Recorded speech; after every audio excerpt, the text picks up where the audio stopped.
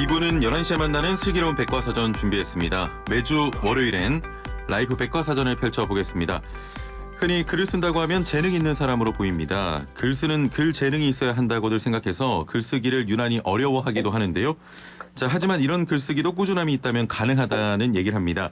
자, 어떤 내용인지 자세히 들어보겠습니다. 글쓰기를 떠올리면 A4용지가 갑자기 아파트만큼 커지는 분들, 오늘 함께 잘 들어보면 좋을 것 같은데요.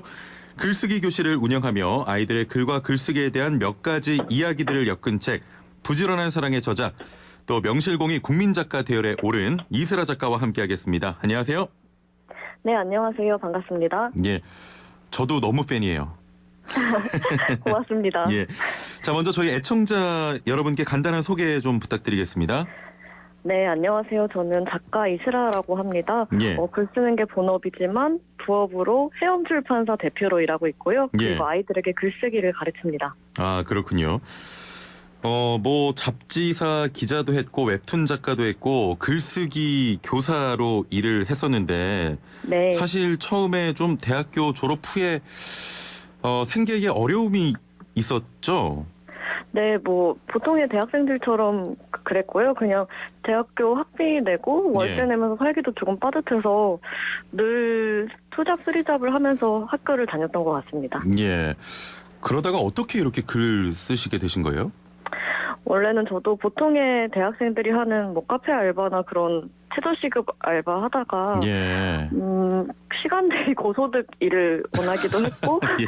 그리고 제가 글쓰기를 어렸을 때부터 좋아하고 계속 훈련해왔는데 예. 제가 좋아하는 일로 돈을 벌 수 없을까 생각하다가 아직은 작가가 되지 못했으니까 좋아하는 일을 가르치기라도 하자 그런 생각으로 어린이들에게 수업을 시작했습니다. 예, 그렇군요. 자, 이번 책 제목이 부지런한 사랑입니다. 네. 이 평소에 글쓰기를 부지런한 사랑이라고 하셨던데 어떤 의미가 있는지 궁금하거든요.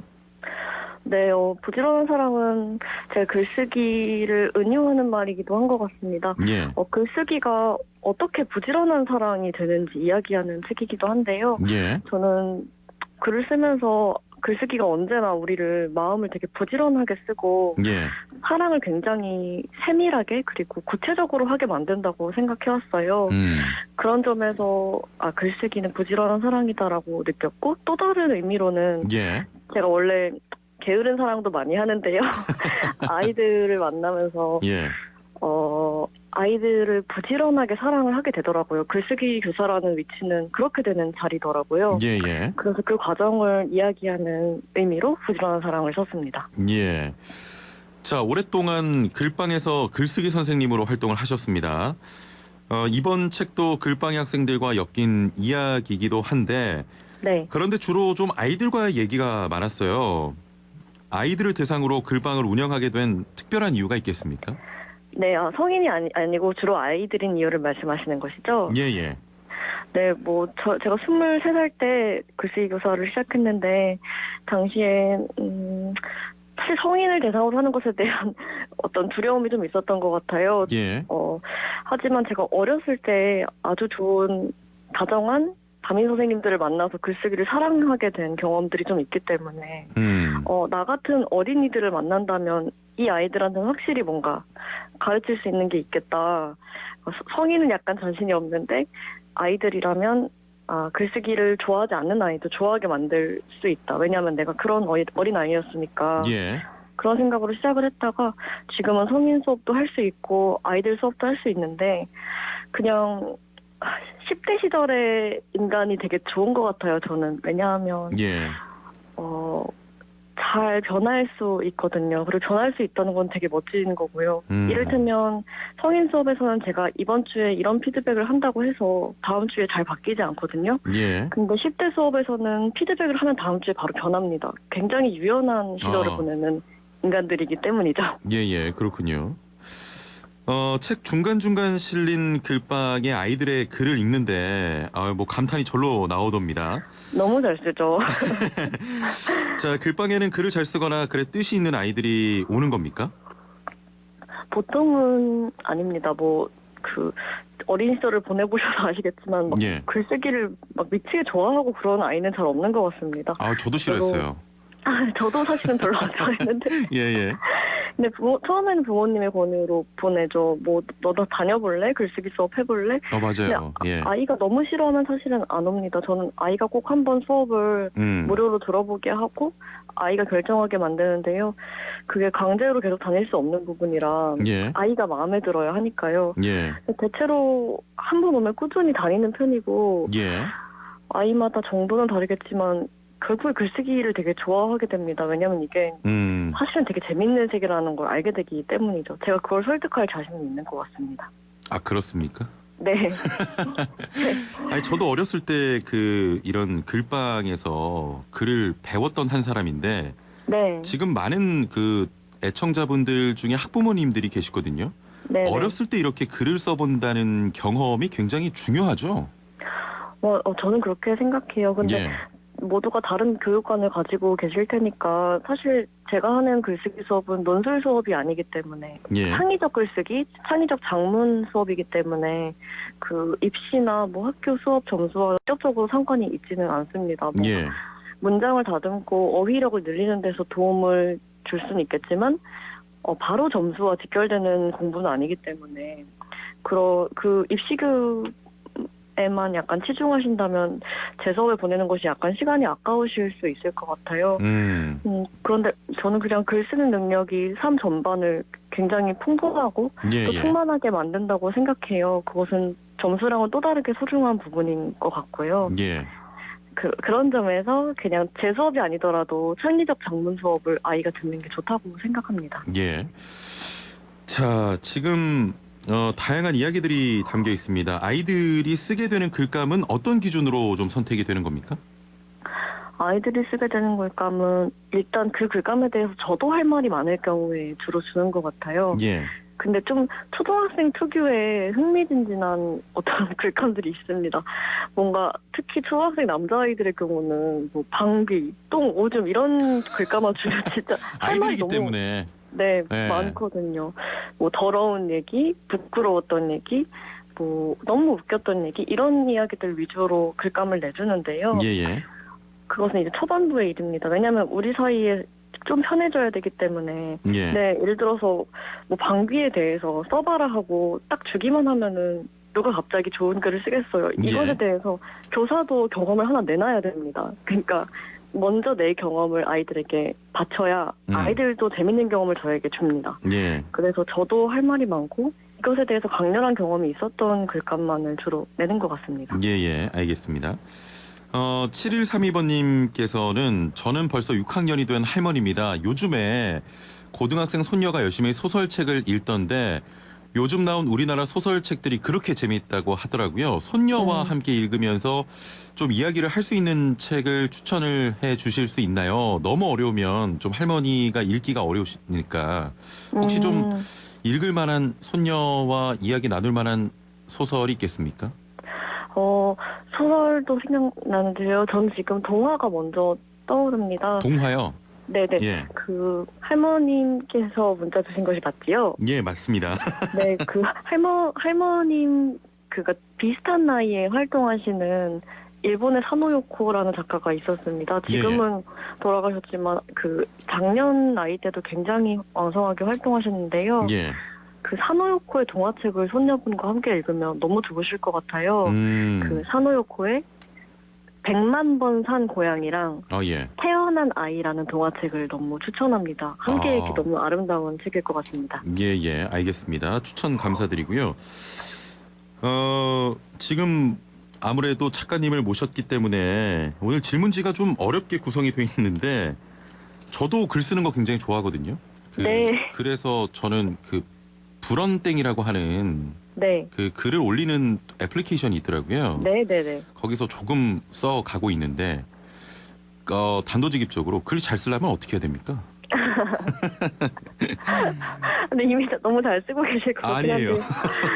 사실 글 잘 쓰는 건 제가 너무 아직도 도달하고 싶은 목표입니다. 저는 아직 한 번도 제가 잘 쓰고 싶은 만큼 잘 써본 적이 없는 것 같아요. 계속 저한테 시간이 필요하고 잘 세월을 겪었으면 좋겠는데요. 근데 한 가지 확실한 것은 잘 쓰려면 일단 그 쓰기 전에 살 때부터 조금 달라야 된다는 생각이에요. 예. 잘 쓰려면 잘 봐야 되고 잘 들어야 되고 잘 느껴야 된다는 생각을 늘 먼저 해서 예. 그 쓰기 전에 선행되는 일들을 굉장히 세밀하게 기억하고 되게 소중하게 간직해야 된다는 생각이 먼저 듭니다. 예. 혹시 이렇게 글을 쓰게 된, 잘 쓰게 된 그런 본인의 어떤 삶 중에서 이것 때문에 좀 글 쓰는데 도움이 된다라고 했던 게 있겠습니까? 저는 사실 막 재능이 있는 판은 별로 아닙니다. 예. 10대 중후반부터 계속 같은 친구들이랑 꾸준히 글쓰기를 배워왔는데요. 예. 처음에 그야말로 재능이 있다고 느껴지는 친구들이 더 있었어요. 저 말고. 예, 예. 그래서 재능 있는 친구들 옆에서 이렇게 보면서 자랐는데 나는 진짜 열심히 써야 되는 사람이구나. 아, 열심히. 네, 예. 그러니까 재능이 있으면 너무나 좋겠지만 그것은 선택을 할 수가 없는 부분이기 때문에. 예. 근데 저는 재능이 그렇게까지 많지 않아도 잘 쓰고 싶은 게 분명했기 때문에 그 반복 많이 했어요. 아. 진짜 그냥 많이 다시 쓰고 예. 꾸준히 쓰고 계속 쓰는 거 계속 했거든요. 그래서 제가 살면서 가장 많이 반복한 일이 글쓰기 아닐까 싶은데 저는 그냥 반복형으로 그 작가가 된 유형이고 그래서 완전 재능파인 친구들은 어떻게 할지 모르겠지만 저는 그냥 반복해서 잘 되는 스타일인데요. 예. 그 사실 반복할 수 있는 것도 좋아하기 때문에 그렇죠. 가능한 거잖아요. 예, 애정이 있어야죠. 네, 좋아하지 않는데 반복하기란 너무 어려운 일 같아요. 예. 그래서 요즘에는 그냥 좋아하는 마음 자체가 재능이 아닐까 그런 생각도 들고 아무튼 저는 그 재능이 없는 파로서 반복 때문에 이 정도로 하게 되었다고 예. 말씀드리고 싶습니다. 지금 반복이라고 말씀하셨는데 책 이외에도 일간 이스라라는 매일매일 글을 보내주는 그 온라인 정기구독물 발행하고 계시지 않습니까? 네네. 뭐 저도 얼핏 봤는데 아무도 청탁을 안 했지만 매일매일 쓴다. 네. 뭐라도 써서 보낸다. 네. 이렇게 꾸준히 할 수 있는 원동력 역시 그 글 쓰는 것에 대한 애정 때문이라고 생각하십니까? 애정도 있겠고요. 사실 일간이스라는 그것보다 더 컸던 게 예. 돈 때문이었습니다. 아, 돈이요? 네. 당시 학자금 대출 제가 상환해야 돼서 일을 되게 20대 내내 열심히 하고 살았거든요. 근데 예. 대학 졸업하고 나니까 빚이 되게 많이 쌓여 있더라고요. 그게 요즘 청년 세대의 되게 기본적인 어떤 환경인 것 같습니다. 맞아요. 대학 졸업하자마자 사회초년생 때 한 2, 3천만 원의 빚을 안고 시작하는 거예요. 예. 어쨌든 부업을 저는 늘려야 됐기 때문에 학자금 대출 갚으려고 시작한 게 일간이스라고요. 예. 부업 늘리려고. 그래서 독자님들이 구독료를 선불로 보내주시잖아요. 예. 그래서 그것을 선불로 받으면 굉장히 무서운 약속이 됩니다. 돈을 먼저 받는다는 것은 그렇죠. 굉장히 강력한 약속이라서 그 선불로 받은 돈의 힘으로 썼습니다. 예. 그 말씀을 좀 정리해 보면 자본주의가 낳은 괴물이라고 표현해도 될까요? 자본주의가 낳은 성실한 연대 노동자라고 정정하겠습니다. 알겠습니다. 죄송합니다. 자, 이제 좀 시작한 지 제법 시간이 좀 지나서 이런 일들을 지금까지 해오고 계신데 일간 이스라 그리고 글빵 이제는 좀 생계를 위한 학자금 대출을 갚기 위한 것과는 좀 다른 의미 같아요. 어떻게 보십니까? 네, 다행히도 그렇게 되었습니다. 예. 지금은 막 엄청 생계 때문에 글쓰기 교사로 일하거나 그러진 않는데요. 생계 때문에 출판사를 운영하고 글을 쓰고 있기는 합니다. 하지만 그 글쓰기 수업은 필수가 아닌 상태인데 예. 그 작가로만 일하거나 교사로만 일하는 건 저에게 맞지 않는 것 같고요. 작가랑 교사를 병행할 때 나오는 힘이 있는 것 같아요. 예. 우선 그 작가로 일하지 않은 상태에서 가르치기만 하는 것은 뭔가 아이들에게 되게 쉬운 말만 하게 되는 것 같습니다. 예. 내가 못하는 걸 들키지 않을 수 있는 자리니까요. 근데 작가로 일하면서 교사로 서게 되면 내가 아직도 뭘 못하면서 말만 번지르르하게 하는지 다 들키게 돼요. 예. 그래서 되게 열심히 쓰게 되고 가르치게 됩니다. 그리고 교사가 주는 힘은 내가 확실히 말할 수 있는 게 무엇인지 알아가는 과정에 있는 것 같아요. 예. 그래서 그 두 가지가 굉장히 균형 잡히게 저를 도와줘서 앞으로도 병행할 것 같습니다. 두 가지를. 예. 라디오 DJ도 하셨나요? 네. EBS 이즈라디오라는 방송을 운영하고 있는데요. 예. 그 지금 별로 전문적인 것은 아니고 예. 그냥 작은 방송을 하고 있습니다. 예.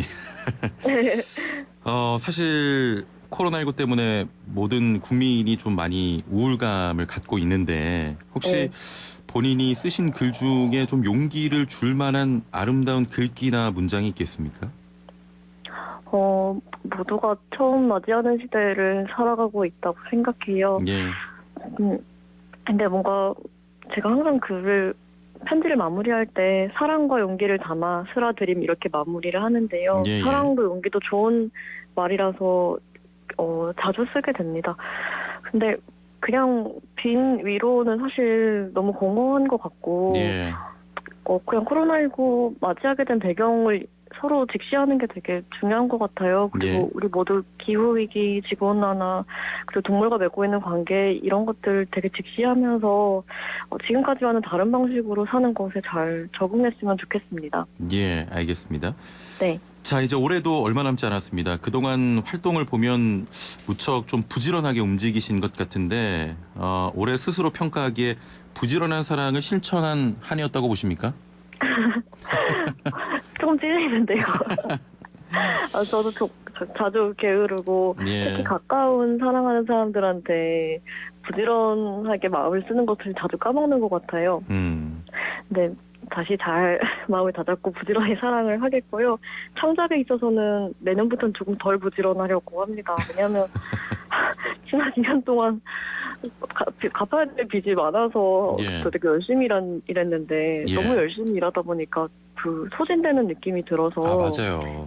네, 어차피 예. 길게 일해야 하는데 천천히 슬렁슬렁 내년부터 하려고 합니다. 조금 쉬어가실 때도 있어야 됩니다. 맞아요. 예. 자, 5032번님께서는 여러 직업을 갖고 계시네요. 작가 선생님, 발행인, 출판사 대표. 어떤 직업이 가장 마음에 드는지 또 가장 어려운지 궁금합니다라는 질문입니다. 네, 너무 중요한 질문 해주셨는데요. 예. 셋 중에서는 저는 작가가 가장 잘하고 싶고 또 가장 어려운 일인 것 같습니다. 예. 하나만 남겨야 된다면 작가 일만 하고 싶고요. 그래서 지금도 좋은 작가 되는 것이 목표인데요. 글쓰기가 좋아서 작가가 되었는데 아무리 좋아하는 일도 업이 되면 조금 이제 힘에 부치게 되잖아요. 예. 뭘 좋아했는지 잊어버리게 되고요. 네, 저는 글쓰기가 계속 쾌락의 영역으로 남았으면 좋겠어요. 즐거워서 하는 일이면 좋겠어요. 쾌락의 영역으로. 네네. 예. 그러기 위해서라도 일의 양을 살짝 줄일 필요가 있다는 생각이 듭니다. 중요한 얘기입니다. 네네. 예. 7928번님, 2년 동안 6권의 책을 내셨고 게다가 매일매일 한 편의 글을 보내주는 일간 이스라를 발행해 오셨잖아요. 이렇게 많은 글을 쓰려면 글 쓸 주제를 찾는 것도 만만치 않을 것 같은데 비법이 있습니까? 라는 질문이네요. 네, 우선 2년 동안 6권 낸 거 정말 많이 낸 것이라 스스로도 좀 징그럽네요. 어떻게 2년 동안 6권이나 내신 거예요?